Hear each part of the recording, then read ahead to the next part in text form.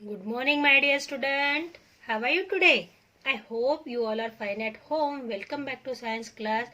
Yesterday we learned heart and heartbeat. Okay.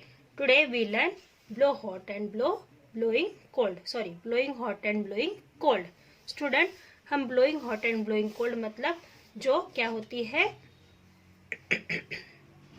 Student आज हम पढ़ने वाले हैं blowing hot and blowing cold. First of all, you take your pencil or highlighter in your hand and I will tell you which sentence is highlighted. You highlight this sentence. Okay, shall we start? Okay, then start. Blowing hot and blowing cold. Breathing help us in several ways. हम सांस अलग अलग तरीके से अलग अलग वे से लेते हैं. We blow on something hot to cool it. कभी कभी हम क्या करते हैं, ब्लो करना मतलब फूकना. We blow on something hot. कभी कभी हम गर्म हवा फूकते हैं तो वो धीरे से क्या हो जाती है, ठंडी. हॉट टू कोल्ड, वो गर्म से ठंडी हो जाती है. ठीक है. For example, we try to cool hot milk और tea by blowing on it. कभी कभी हम क्या करते हैं कि जो गर्म दूध होता है ना, उसको हमें ठंडा करना होता है. तो उस गर्म दूध को ठंडा करने के लिए हम उस दूध को या चाय को ठंडा करने के लिए हम उसमें फूंक मारते हैं, है ना. द मिल्क और tea cools down as our breath is cooler than the hot milk और टी. हम वो दूध चाय क्या हो जाती है, ठंडा हो जाता है. कैसे? जब हम क्या करते हैं, उसमें फूंक मारते हैं और हमारी जो फूंक होती है वो दूध से और चाय से अगर ठंडी हो तो वो चाय जल्दी से ठंडा हो जाता है. आपको समझा क्या? जैसे कि हम किसी चीज को ठंडा करने के लिए फूंक मारते हैं तो वो ठंडा होता है. पर कब? अगर हम जो फूंक मारते हैं तो वो एयर क्या होनी चाहिए, ठंडी होनी चाहिए उस चीज से जिसे हम ठंडा करने की कोशिश कर रहे हैं. When we feel cold, जब हमें ठंड लगती है, we blow on our hand, तो हम अपने हाथों के ऊपर फूंक मारते हैं ताकि उनमें गर्माहट आ सके, है ना.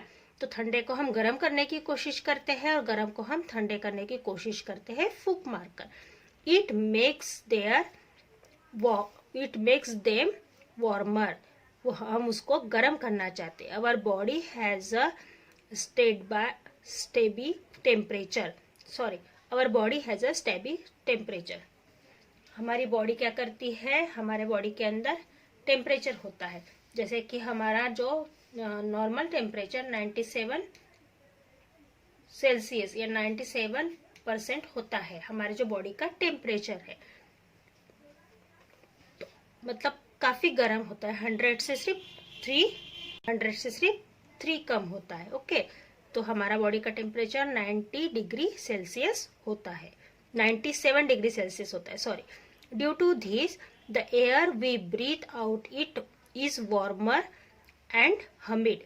जो हम मुंह से फूंक मारते हैं, इस हमारे बॉडी का टेम्परेचर ज्यादा होता है जिसकी वजह से हम जब फूंक मारते हैं तो उस समय हमारे मुंह से निकलने वाली हवा थोड़ी सी गर्म होती है और उसमें नमी भी होती है. ह्यूमिड मतलब उसमें नमी भी हमें दिखाई देती है. टेम्परेचर शोज हाउ हॉट और कोल्ड समथिंग इज. हम अपने टेम्परेचर से भी पहचान सकते हैं कि हमें बुखार आया है नहीं. आप ठंडी में देखोगे तो आपको हमेशा क्या निकलती हुई दिखेगी, भाप निकलती हुई दिखेगी, क्योंकि हमारे बॉडी के अंदर जो टेम्परेचर होता है उसको मेंटेन करने के लिए हम sweater, scarf, muffler, jerkin, shawls, इस तरीके की चीजों का इस्तेमाल करते हैं और बॉडी के टेम्परेचर को मेंटेन करते हैं, है ना. तो जब भी हम ठंडी में फूंक मारेंगे तो हमारे मुंह से भाप निकलती हुई दिखती है, क्योंकि हमारे शरीर के अंदर क्या है, गर्मी है और बाहर क्या है, ठंडी है, जिसकी वजह से वो फूंक आपको हवा आपको बाहर आती हुई दिखाई देगी. पर गर्मी में वही हवा आप मारोगे तो आपको दिखाई देगी क्या? नहीं, क्योंकि बाहर का एटमॉस्फेयर क्या है, आपके बॉडी की तुलना में थोड़ा गर्म है, इसकी वजह से आपको बाहर नहीं दिखाई देगी, ठीक है। टेम्परेचर शोज हाउ हॉट और कोल्ड समथिंग इज। कितना गर्म और कितना ठंडा है वो टेम्परेचर पे से पता चल सकता है। Oxygen gas present in air help the fire to burn. Oxygen gas क्या करती है, फायर को जलने में मदद करती है। हाईलाइट कीजिए, which gas is support to fire,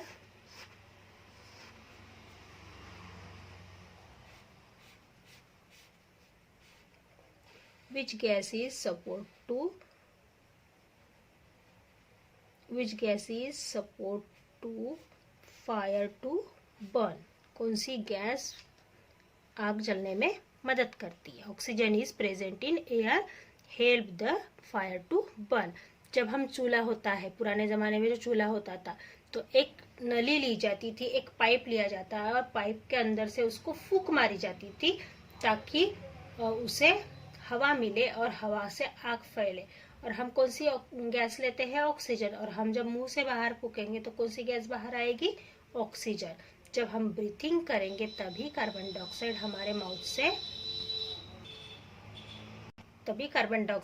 mouth से नोज से बाहर आती है। तो ऑक्सीजन क्या करता है, फायर को जलने में हेल्प करता है। In village we use coal and wood as fuel to cook food. गांव खेड़ों में क्या किया जाता है, कोयले और लकड़ी का इस्तेमाल किया जाता है खाना पकाने के लिए। गांव में क्या किया जाता है, खाना पकाने के लिए कोयले का और लकड़ी का इस्तेमाल किया जाता है।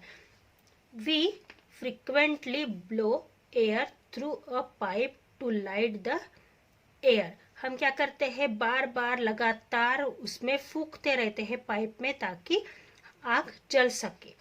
This is done to increase the supply of air. ये कब होता है, जब उसको हवा का सहारा मिलता है, हवा की हेल्प मिलती है, जब ही वो जलता है। When blow on the fire, और उसी तरीके से आग फूकने से फैलती भी है। The ash particle fly aside.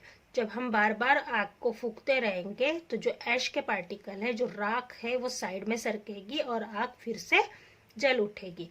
As a result, the burning fuel gets more oxygen and start burning faster।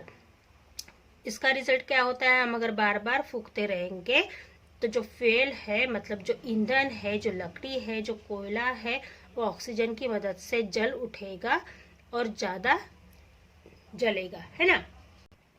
Okay student, यहाँ हमारा लेसन खत्म हुआ है। Lesson number 7, blow hot and blow cold. Okay, तो आपको क्या करना है, आपको blow hot and blow cold पे प्रोजेक्ट बनाना है। तो आपको यूट्यूब पे सर्च करना है सर्कुलेटरी सिस्टम और रेस्पिरेटरी सिस्टम ट्रैक। आप अलग अलग प्रोजेक्ट बना सकते हो, रेस्पिरेटरी सिस्टम के लिए बना सकते हो, सर्कुलेटरी सिस्टम के लिए बना सकते हो, या फिर ब्लो हॉट ब्लो कोल्ड इस टॉपिक को लेके भी आप सर्च मार सकते हो कि आपको क्या मिलता है। और आपको अपनी मर्जी से प्रोजेक्ट बनाना है और उसके वीडियो बनाकर मुझे सेंड करना है नेक्स्ट पीरियड तक, मतलब थर्सडे तक। आपके पास 2 डेज का टाइम है। आपको मुझे 2 दिन में वीडियो बनाकर सेंड करना है blow hot and blow cold के ऊपर। ओके स्टूडेंट, आपको 3 ही टॉपिक है। एक तो आप रेस्पिरेटरी सिस्टम पे बना सकते हो, या सर्कुलेटरी सिस्टम पे बना सकते हो, या फिर blow hot and blow cold के ऊपर आप सर्च मारोगे, ढेर सारे आपको यूट्यूब पे टॉपिक मिल जाएंगे, ब्राउजर पे मिल सकते हैं। आप ढूंढो और प्रोजेक्ट बनाकर मुझे सेंड करो। ये आपका साइंस असाइनमेंट है। Okay, best of luck, see you soon, bye bye.